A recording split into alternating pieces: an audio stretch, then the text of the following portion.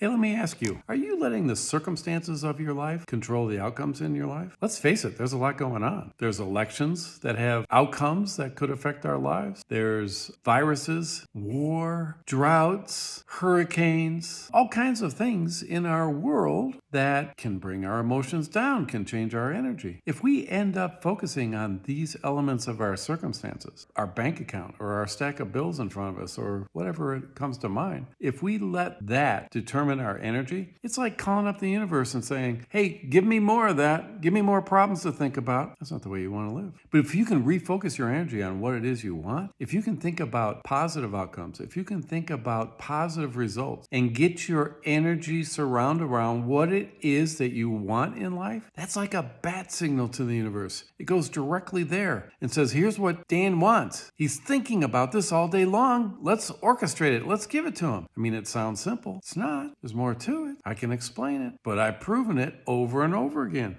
That's what I want for you. Practice that. Let's take advantage of that bat signal that's there waiting for us. Let's use it.